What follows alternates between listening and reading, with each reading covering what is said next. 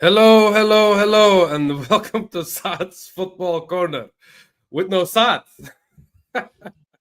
Welcome, guys, to Ian another Ash's stream. football corner. Yeah, this is the T and Ash's Football Corner. You know what I'm saying?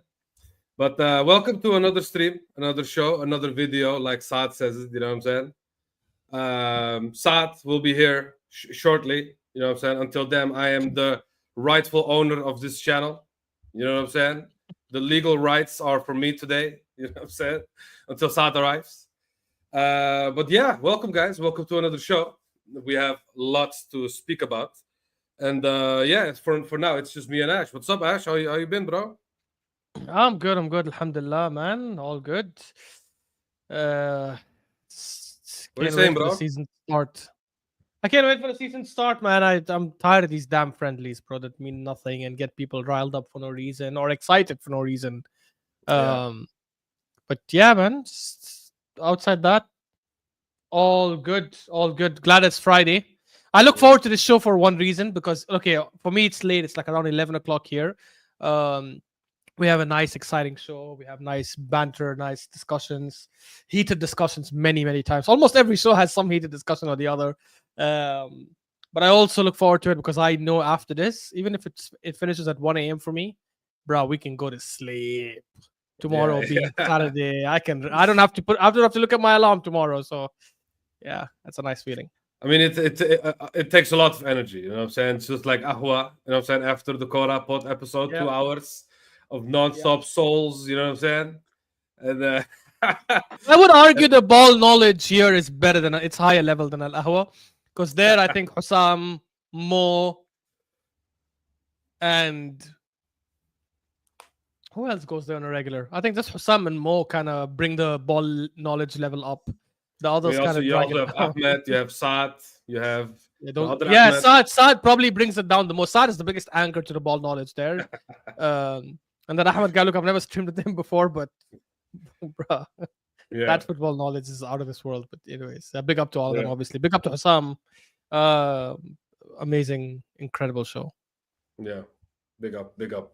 You know what I'm saying? I have the privilege to go on Ahwa sometimes. You know what I'm saying? And it can be pretty hectic. You know what I'm saying, to say the least. But it's pretty fun experience also. But yeah, let's say hi to some people, bro. Let's say big up Kali, big up Saad in the Koora Pod, big up chat. Make sure to hit the like button. Listen to Kali, guys. On the way in and subscribe on the channel if you haven't already. Exactly, guys. Let's do that. I Just just wanted realized to one thing. what Why doesn't Saad rename this channel Koora Pod? the channel. Yeah, that's a I much mean, better name. because he does more than the Koora Pod. You know what I'm saying? He also does transfer shows and one-to-one shows Yeah, with but the subscribers. Koora Pod literally means the football podcast. So you can discuss everything. It's such a unique Mm, name. It'll actually attract different diversified a different diversified audience. But hey, listen, it is what it is, man. hey We'll man, probably make maybe. somebody's executive. We'll make somebody's executive decisions since we're taking over. Rahul. Yeah, exactly. Now we own the channel, guys, so we can do what we want here. You know what I'm Exactly, saying? exactly. Make sure you send your super chats. Yeah, it all goes to our pockets. Exactly, guys. Oh, big up, big up. Discussing loss against Spurs. I don't give a damn if it's preseason, but we are too predictable already. I agree. And no, I am not Saad's twin brother. So big up Saad though. Why would you Big up insult Dal, somebody? by the way. Big up Dal. Big up FK. The fraud is underway, inshallah. You know what I'm saying? He's just he has been He's taking care of saying, himself. you guys know the rest of the song. Yeah, he's taking there you go. Anyway, yeah, guys, big up. You know what I'm saying? Now that I have my own channel, I'm getting used to hosting, so this is not that foreign for me anymore. But sometimes I can Celebrity be in a the little house. bit all over the place, guys. So bear with me. Anyway, we can start talking about the Arsenal news if you want, Did Ashraf. you watch the match? I watched it for a large part because I was at work. Sometimes I had to answer some calls and you know what I'm saying, help some colleagues. But outside of that, I did watch like a good 60 minutes of the game, and most of it was the second half. And I heard that the Mhm. fun part was the first half. So Yeah, I don't know. I I didn't don't know watch the what to make of the game. highlights of the game. There was like a 15-20 minutes highlight somewhere that I found as well. Honestly, I don't care about friendlies that much. Obviously, like even I'm not saying it because we lost. Like you guys know, I'm not biased like that. But even the AC Milan and Liverpool, not Liverpool, sorry, Newcastle game. I didn't watch them either. I'm not saying not to watch. Of course, like I would have loved to watch them. I just couldn't watch them because of work. Um, I don't read too much into it. But one thing I did notice from the extended highlights, and again, people said this as well on social media, is we struggled to break them down. They played a low block, which is obviously surprising. Not surprising. I mean, it's not surprising given Thomas Frank, but it's just different given Tottenham over the last 2 years with Postecoglou. Um, People said Odegaard didn't have a great game, but I saw some of his highlights. I thought again, I know highlights probably like bring the best of someone, but it's highlights in one game. It's not highlights over a season, and the highlights showed me he did okay. Um, and this is where, look, for me with Odegaard, I don't care what people say. I think he just needs to get GA next season. Even if he loses the ball a million times a game, just get GA and people will be okay. Because I think he does the other stuff outside GA really well. But the most important thing we need from our playmaker is GA, which is you score goals, you create a lot of chances. The AC Milan game, I remember a lot of people were saying he created a lot of chances in the AC Milan game, but people just didn't convert. Again, I don't know. I watched it, but Yeah.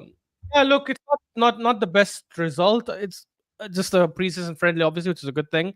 I remember we lost to United 2-0 2 seasons ago, and Sancho scored that second goal, and we went and beat them home and away in the Premier League. So I'm pretty sure it's not going to be the same. It is disappointing to see that Kai Havertz started and apparently played like 70 minutes. I don't know why we started that donkey Bro, up he front. was terrible. He was terrible, bro. Bro, Like I actually, just honestly, I'm worried he actually might start the Premier League game, the United game as well. It he frightens me. will. He definitely will. Yeah, Because that's a bit scary.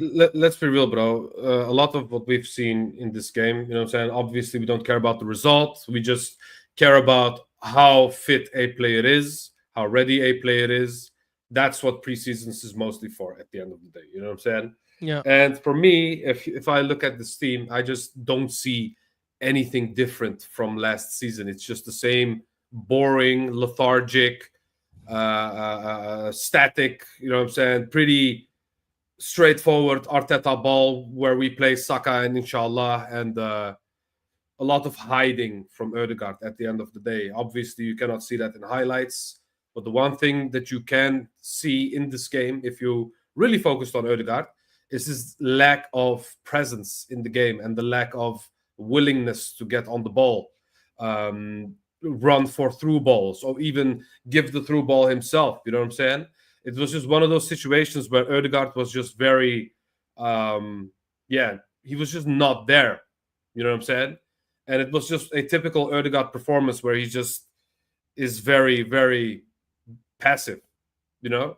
And that's the biggest thing. And that was the biggest criticism for Ødegaard this game, and why people went crazy on Twitter as well, is because, and this is also the reason why people want Eze in the midfield, because you know how dangerous Eze can be when it comes to the final third, when it comes to build up play until a shooting position, you know what I'm saying? It's just a lot of things where we just look at Ødegaard and say, bro, it almost feels like you are the same as last season, and you are very, very passive still, and you still don't do a lot of the things that we want and need you to do.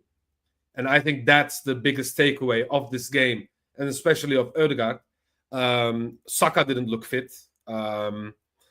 Rice didn't look there. You know what I'm saying? Norgard looked pretty basic. You know what I'm saying? And it was He's a basic player. Very basic. And it was just clear that you don't play Norgard and Rice at the same time. So it told us a lot. But like I said before, it's just preseason, and it's just not one of those situations where we lose our minds straight away, because these players need to get used to it, especially players like Zubamendi. You know what I'm saying? Even though he looked great, he still needs to get used to everything, the environment, the team, the coach, everything. So, but there are some alarm bells wrinkling when it comes to Ødegaard and his passiveness. And when Eze comes in, that he could possibly play at 10, and that we end up playing Madueke on the left wing. So that's my thought about this situation. Yeah, If this that keeps that up, is that is scarier for me. I'm not gonna lie. Like I'd rather this version of Odegaard than have Madueke anywhere on the pitch. And I'm telling you this. I swear to God, I'm not trying to have an agenda against Madueke. Like I get it. I have to just accept it now. He's here. It is what it is. But I don't understand what he's gonna offer us. I saw highlights of Martinelli and he looked quite dead as well, which is also scary yeah, because okay, yes, Eze is obviously an upgrade on Martinelli and Trossard, but I don't think he's a good enough upgrade to be playing on the left wing for us. I agree. I would love him to come in the middle and compete with Odegaard. And the way Odegaard is going, if he doesn't improve soon, he's gonna get benched very soon, anyways, right? So, I don't think that's like. But unfortunately, we're not doing that. We're getting him to play him left wing clearly. One thing that is even scarier as well is we all agree that obviously that Zubimendi needs to like settle in the league immediately, right? We don't have time for him to yeah, take a couple of months to find his feet and get settled to the pace of the Premier League and stuff. yes, This just brings it back to how we replaced Partey was just like abysmal.